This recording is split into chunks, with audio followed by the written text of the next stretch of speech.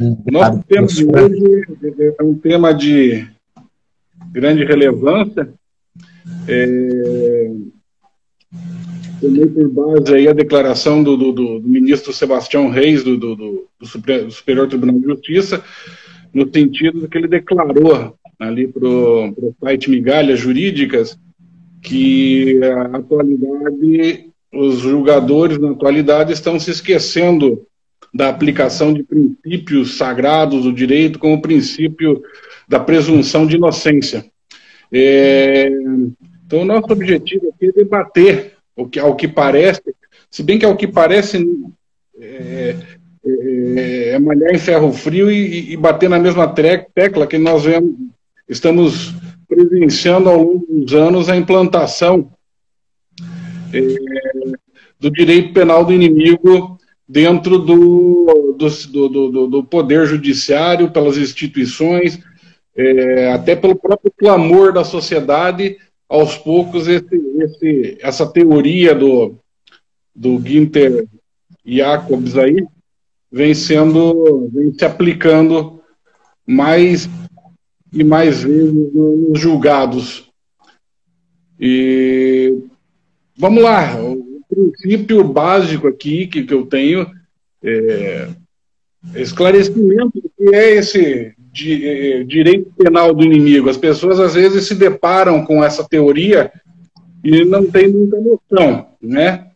Se o professor Christian puder nos brindar com seus conhecimentos aí, e a gente vai debatendo aqui sobre o que seria essa teoria do direito penal do inimigo. Muito obrigado, doutor Fúvio, muito obrigado a todas e a todos os colegas advogados que estão aqui assistindo. Eu peço desculpas apenas pelo adesivo que vai ficar aí colado com a minha cara, mas é melhor, deixa a carranca aí e eu começo a conversar. Doutor Fúvio, acho interessante pelo seguinte, a declaração, e ela é apenas mais uma, é uma coleção de declarações por parte de autoridades que compõem o chamado mundo jurídico e que no final das contas tentam reinventar a roda ou recuperar valores diante de uma sociedade que ainda sequer constituiu valores. Quando a gente fala a respeito do direito penal do inimigo, do Günther Jacobs, é preciso lembrar que quando nasceu no seio de uma universidade, de uma Alemanha que era dividida, lembre-se, né, disso? Sim. Estamos em um cenário de uma polarização mundial que não havia precedentes. Eu digo não havia porque hoje caminhamos para cenários de múltiplas polarizações, que seja fascinante e muito perigoso, mas são nossos tempos. E Jacobs, no final das contas, desenvolve uma teoria, sobretudo porque na época, e que foi bem acolhida pelas autoridades alemãs, e o legislativo, sobretudo na época do primeiro-ministro Willy Brandt, porque você tinha uma série de ações de grupos que combatiam o establishment alemão da República Federal Alemã, em destaque, claro, os Baader-Meinhof, e que você precisava criar um cenário de legislação um pouco mais dura, principalmente quando começou banqueiro, secretário de governo, membro ali do Bundesboard, né, sequestrados e alguns até mesmo mortos. Então você cria basicamente uma teoria em que o direito penal ele consegue ter um tratamento no qual todos são iguais, inclusive na presunção de inocência, mas algumas pessoas, pelo desvalor e sobretudo pelo perigo da organização, do extrato na sociedade em que pertencem, afrontam o poder. E afrontar o poder é inadmissível desde que o mundo é mundo. Sim. E aqui no Brasil, a gente tem observado que os juízes têm se afastado daquele direito penal do fato. Né? Eles estão deixando de julgar o fato para julgar a pessoa. Eu até digo que a maioria das vezes, quando uma pessoa é denunciada, eu costumo dizer que ela já está correndo risco, dentro de determinadas varas, principalmente, que essa pessoa já está praticamente condenada, né? o desvalor, a inversão de valores aí em relação ao descumprimento dos princípios elementares, universais e fundamentais, vamos dizer assim, são elementares porque são óbvios, a gente aprende na academia esses direitos, né? Primeiro ano de faculdade ali com teoria geral do direito, você já está aprendendo princípios de direito que se aplicam de uma forma geral, não só no direito penal. E esses princípios basilares, elementares, porque se aprende praticamente é como aprender a respirar, né? Quando você aprende direito, você respira princípios universais. E esses princípios universais que tão carinhosamente, vamos assim dizer, a gente aprende nos bancos acadêmicos, estão sendo afastados. Como o princípio da presunção de inocência. Basta a acusação, por exemplo, nos crimes de ordem de caráter financeiro, de crime tributário, basta a acusação do Estado e as ilações sobre desvio do dinheiro para que o réu já esteja praticamente condenado. Nós vimos na recente história do Brasil, digo bem recente, para não citar um caso, eu vou citar o caso da Daslu, da boutique Daslu, em que elas foram acusadas de sonegação fiscal e de crime contra o sistema financeiro nacional, foram praticamente condenadas por indícios e ilações do próprio Ministério Público em relação ao cometimento dos crimes. Sem a necessidade, foram condenadas e sem a necessidade de uma grande ilação probatória. E mesmo que a defesa tenha se proposto a provar de forma contrária, mesmo assim veio a acusação. O que me refiro do outro caso aí é justamente para não entrarmos em questões políticas, porque às vezes as pessoas podem nos interpretar mal. Mas eu uso o caso da Daslu, que é um caso que talvez seja o primeiro caso no Brasil de aplicação da teoria do direito penal do inimigo. Segundo o conceito de Jacobs, nós temos que o direito penal do inimigo ele tem alguns pilares básicos.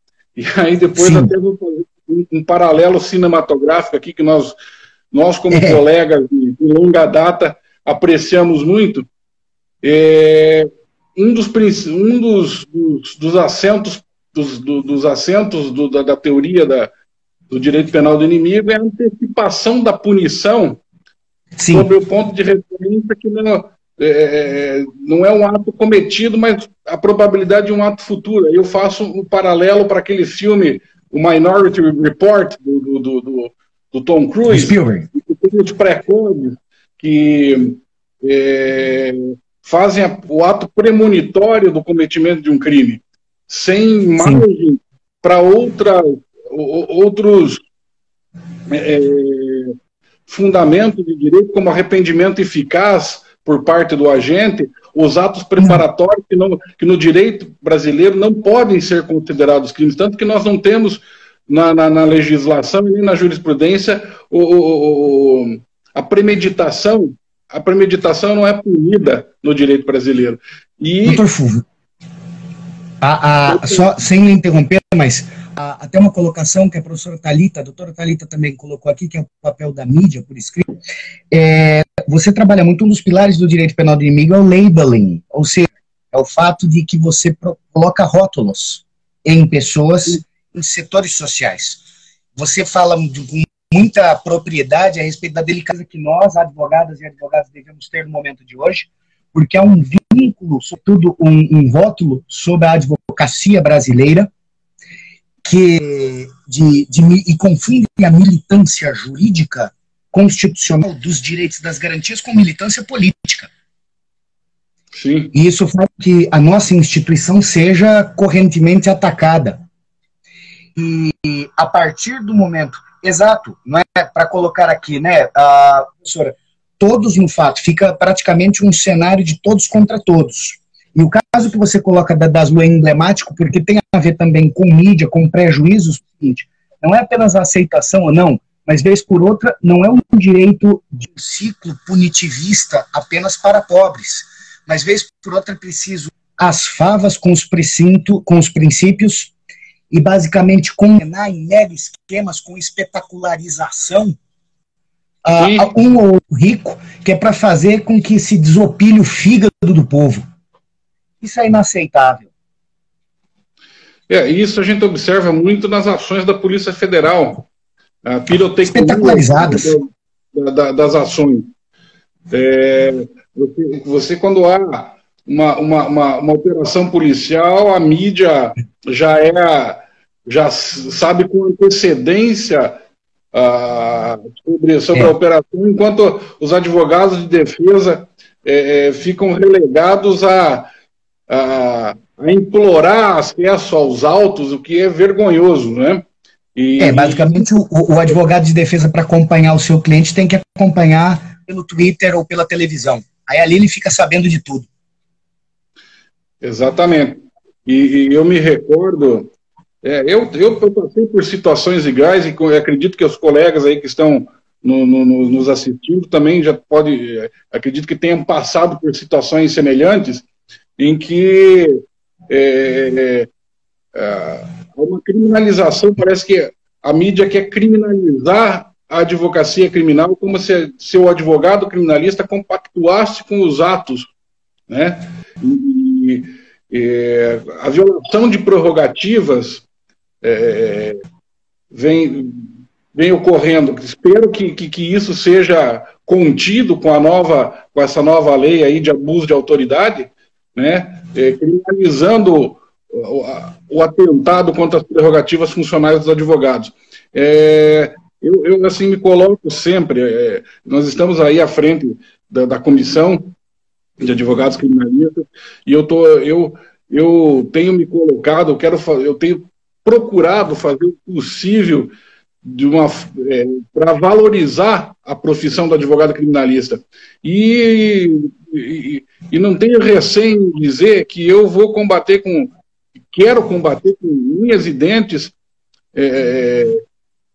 a defesa das prerrogativas funcionais dos advogados, né? No sentido de que nós estamos no Estado democrático, e o Estado democrático de direito deve ser preservado, visto que não é um direito que não é somente cláusula pétrea, ele se encontra no preâmbulo da Constituição, no artigo 1º, né? Então, o Estado brasileiro é constituído pelo Estado democrático de direito, e tais teorias e tais atos atentatórios contra a liberdade devem ser combatidos com veemência. Sem dúvida nenhuma, sem dúvida nenhuma. E você mencionou uma coisa muito interessante, pelo seguinte, porque um dos nichos no qual você tem uma certa resistência,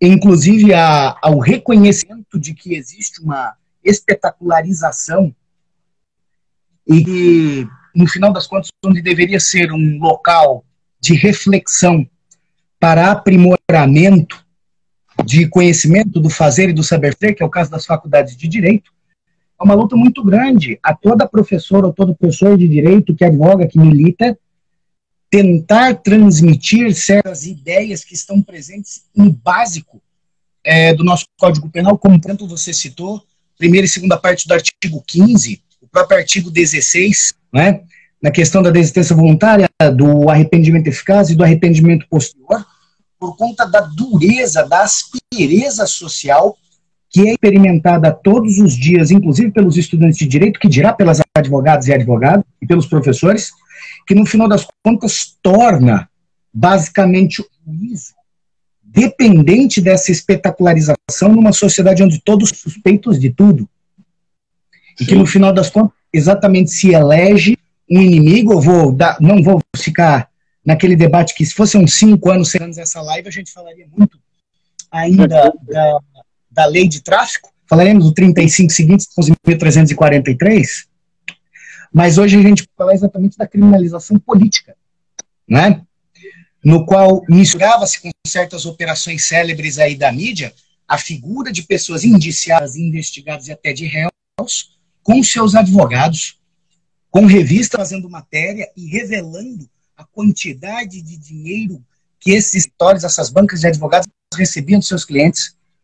E, às vezes, com a conivência de muitas bancas de advogados que, no final das contas, né, abriam ali e falavam, não, ganham tanto mesmo, posavam ali com seus ternos e charutos e tudo mais. Tem a revista sobre isso, né? Não cabe aqui, naturalmente, por elegância e ética, mencionar. Mas, na verdade, é um processo que a gente vê que ele não é um processo apenas externo. Ele é um processo endogenista. Eu fico muito preocupado com a academia, com a formação, fico muito preocupado com a própria ordem dos advogados, com a saúde mental das advogadas e dos advogados, por conta de saber se nos dias que vivemos, nessa década, nesse século, de fato tem consciência os profissionais do que vem a ser, isso que você falou, que é o cerne da advocacia criminal, da advocacia de defesa. Eu até estava assistindo a live do Dr. Elias Matar com o Dr. Felipe Santa Cruz. Sim, Felipe Santa Cruz, sim. E ele falou assim que nós estamos passando por um momento de muita crise dentro da advocacia, onde os advogados, eles abrem mão do seu juramento, do que foi jurado no dia do seu compromisso, que é defender os direitos humanos, defender a justiça, defender a legalidade constitucional, e inclusive nós, como eu sempre costumo dizer, o advogado é o guardião, o grande guardião da Constituição, acima de qualquer outro poder. Nós temos por obrigação e dever legal e constitucional, inclusive previsto pelo artigo 133, de sermos os grandes guardiões da aplicabilidade da norma constitucional, em detrimento dos abusos e das violações cometidas, seja por qual poder for, né? E o doutor Felipe, com muita propriedade, disse o seguinte: o advogado que omite a esse dever constitucional, optando pelo senso comum, por escolher o senso comum e conclamar certas atitudes truculentas, inclusive alguns advogados também invocando o retorno do AI-5, essas pessoas, para mim, até citando, parafraseando o doutor Felipe Santa Cruz, essas pessoas deixam de ser advogados. Eles são meramente inscritos na ordem dos advogados do Brasil, mas advogados, eles não podem ostentar esse status, porque deixaram de ser advogados a partir do momento que deixam de defender os princípios básicos da liberdade, como a defesa dos direitos humanos. Isso é muito preocupante, porque isso vem da academia, como você disse, né? Sim. E isso vem sendo, eu acho assim, os advogados, ou alguns por preguiça, ou às vezes por malhar em ferro frio, estão sendo vencidos pelo cansaço, né? Não é um cansaço só. Com tantas arbitrariedades cometidas na aplicação dos princípios nas sentenças. Quando o magistrado deveria, com carinho, tentar para esses princípios. É preocupante, porque os acadêmicos, quando saem da faculdade, eles também parece que saem meio desnorteados, enfraquecidos até por esse confronto de ideias entre os defensores do direito penal do inimigo aí, pelo Estado punitivista totalitário, né? Eu não sei exatamente assim qual é a persona que eles veem quando saem de casa, porque eu acho que aí tem alguma coisa que realmente deixa você com dúvida. A pessoa deveria sair inspirada. Eu ontem, estou até lendo aqui o que a professora Thalita escreveu, que o Dr. Fulvio falou. Eu ontem, numa live, Fulvio, que fiz, eu falei do papel do José Fagundes, que foi o advogado dos Inconfidentes. Advogado este que, em 31 de outubro de 1791, aceitou uma causa que nenhum advogado dos bem relacionados no Tribunal de Relação do Rio de Janeiro e de Apelações em Lisboa, pegou aquele homem, e fez uma defesa em 120 pontos, alegando pontos de direito, inclusive que levam quase hoje ao artigo 17 do Código Penal, crime impossível, conseguiu a mutação da pena de quase todos eles, exceto, naturalmente, todo mundo sabe, do Joaquim José da Silva Xavier. Esse deveria ser o exemplo de advocacia. Rui Barbosa, quando se fala da advocacia criminal, naturalmente, Evandro Lins e Silva, nomes que não são apenas nome de praça, de rua, ou que constam nas notas de rodapé, nos trabalhos acadêmicos, enciclopédicos. E as pessoas têm uma distância entre o século que nós estamos, o espírito do nosso tempo, e essa época desses camaradas, mas naquele tempo. Não existe naquele tempo, porque nós temos a maior força, que são os princípios que estão na Constituição, os princípios doutrinários do direito penal. Não precisa nem, na parte geral, os princípios constitucionais processuais penais, e que sim, sem dúvida nenhuma, o colega ali falou, que falta uma certa união. Eu mais colega, ouve todos os colegas aqui. Não é que falta união, falta muitas vezes a força. O leão, quando enjaulado, ele pode estar travado da jaula, ele é condicionado, ele não vai meter a pata, embora mais forte, para abrir a jaula.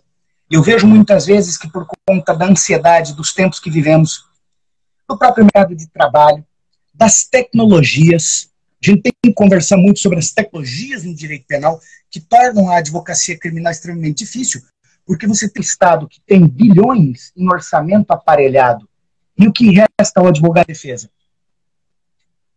Pois é. Eu estou lendo aqui o comentário do doutor Alain, né, que ele tem dito sempre que há advogados aí se manifestando em posição favorável à ruptura com a democracia. Isso daí é inadmissível. É o que eu acabei de dizer. Né? E o advogado deixa de ser advogado quando ele rompe com aquele juramento que ele fez no dia da sua investidura, no dia que ele se comprometeu a lutar pela justiça. Até eu gosto muito do quarto mandamento do advogado, que diz: luta, teu dever é lutar pela justiça, porque quando confrontares o direito e a justiça, esquece o direito e luta pela justiça. E os advogados têm se esquecido, acho que os magistrados também têm se esquecido, alguns promotores também têm se esquecido do que é o conceito do justo, e que de acordo com a lei de introdução às normas de direito, a nossa antiga LIC, se eu não me engano, no artigo 4º, a legislação diz que quando o juiz ele não está vinculado à aplicação da norma, ele pode julgar sobre suas convicções, desde que não sejam ilegais, né? Sim, sem sombra de dúvida. E se suas convicções apontam para a inocência, o processo deve ser fulminado desde o início. Eu tive o desprazer de tempos atrás de escutar que é preferível que inocentes sejam submetidos ao risco da condenação do que se deixar escapar um culpado. Aí eu faço a leitura aqui do inovidável Malaté, que diz o seguinte: não se deve esquecer que é 1000 vezes preferível a absolvição de um réu que a condenação de um inocente. Bastaria uma só condenação de inocente para desequilibrar a tranquilidade social. E as pessoas não têm se atentado a isso daí. Os próprios advogados não têm dado ouvidos a isso daí. Né? Sim, sem dúvida. Instrumentalidade um pouco exagerada. Só recuperando comentários, que eu sempre gosto de fazer nas lives dos colegas. A professora Thalita, sem dúvida, o poel da lei acabou, não adianta falar de tempos passados ou não. Aliás, é preciso falar da bravura e enaltecer, mas nós já temos instrumentos no nosso tempo. A jurimetria é um problema, realmente alterar os julgados, os tribunais e, mais importante, os clientes, principalmente os clientes com grande potencial econômico, que vão estar assessorados, né? Sabe Deus por quantos ou quem, por quantos equipamentos. E o justo, sem dúvida, Rafael, é o devido processo legal. É isso que juramos uma Constituição, inclusive, quando somos, como prestamos compromisso para ingressar nesta ordem, né? Nesta guilda.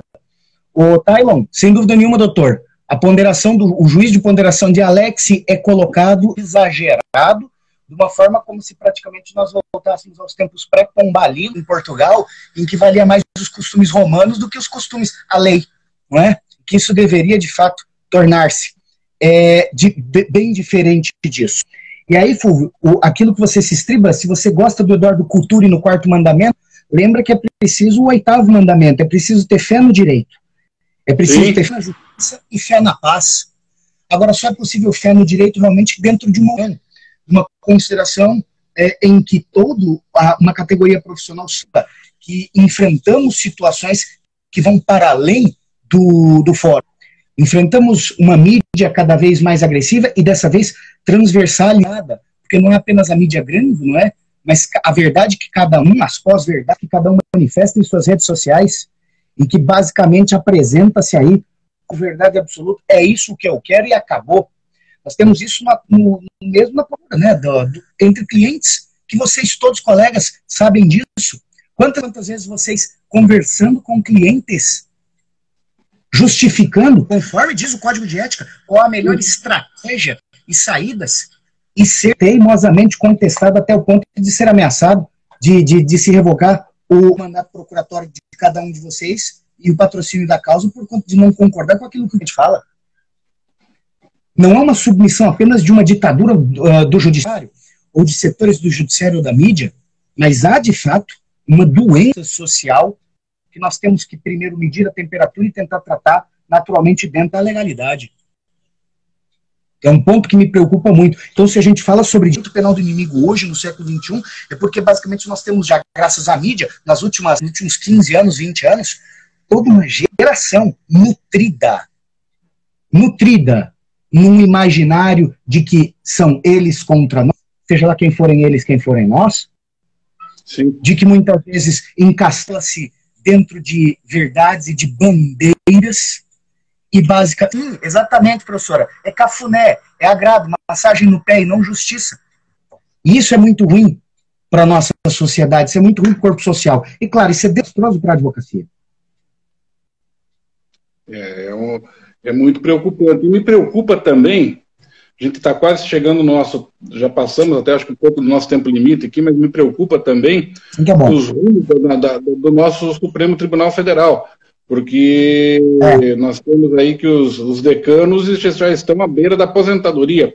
Vão sair Gilmar Mendes, vão sair, tem gente que não gosta de Gilmar Mendes, mas enfim, vai sair Gilmar Mendes, vai sair Marco Aurélio Melo, Celso Melo. Celso Melo vai sair. E quem serão os substitutos? Quem fará a substituição? Visto que a gente sabe que o Supremo Tribunal Federal é um tribunal político. Né? Pois é, cada vez mais pautado pelo lawfare, né? Exato. Cada vez pautado pelo espírito do lawfare que se implantou neste país há mais ou menos uns 12, 13 anos que a gente percebe o lawfare cada vez mais dentro dessa política. Bom, eu acho que a gente vai encerrando por aqui. Eu sinto muito por ter que encerrar, porque é um tema que me agrada muito, esse debate. Pois é. Gente, como você disse, teríamos 3 anos de conversa aqui para falar sobre esse tema. Né?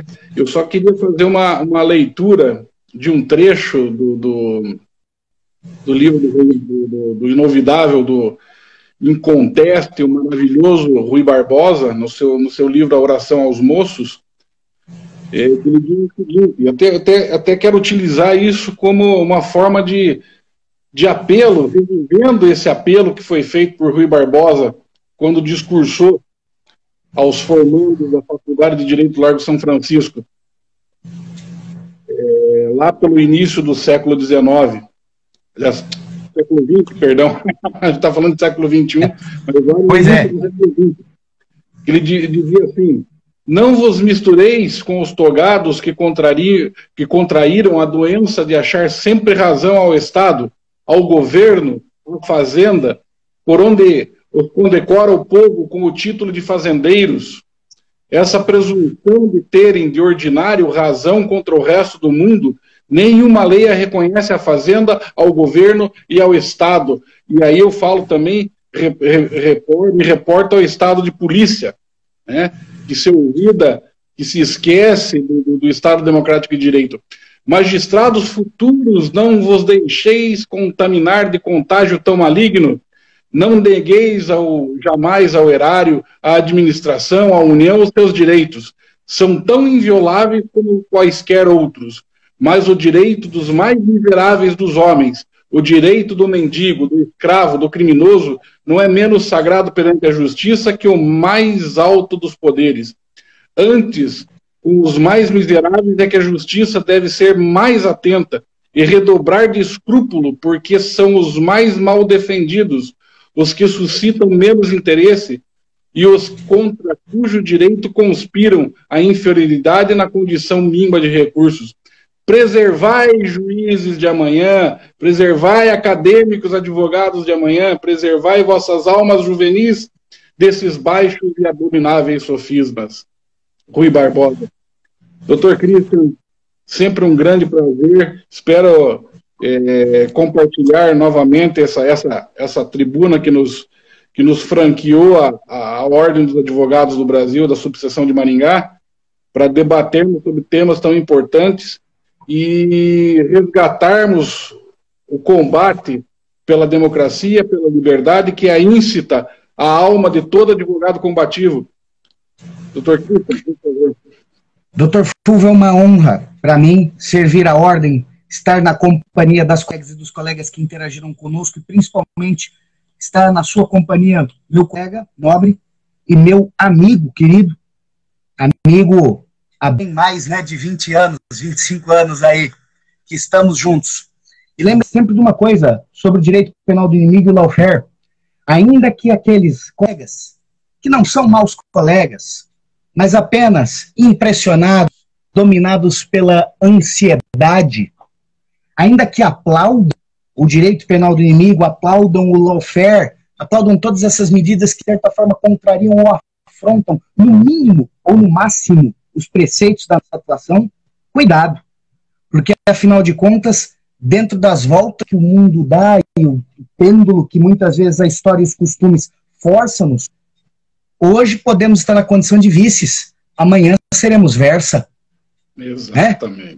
Que se hoje defendemos aqueles que são inimigos num dia, não demora muito, da noite para o dia, podemos estar ali, nos muros, com os inimigos e perseguidos. Exatamente. Acho que o bem inalienável é a liberdade e a vida, né? Ela é inegociável, e a atuação do advogado assim deve ser.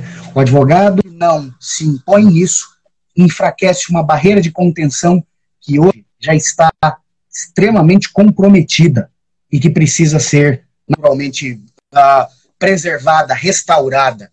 Acho que esse é o trabalho da Ordem dos Advogados, é isso que nos prestamos. Exatamente. É isso que nos prestamos. Então, vamos encerrando por aqui. Eu deixo meu abraço a você, Christian. Deixo um abraço fraterno a todos e todas que nos acompanharam nessa live. Fico honrado pela presença.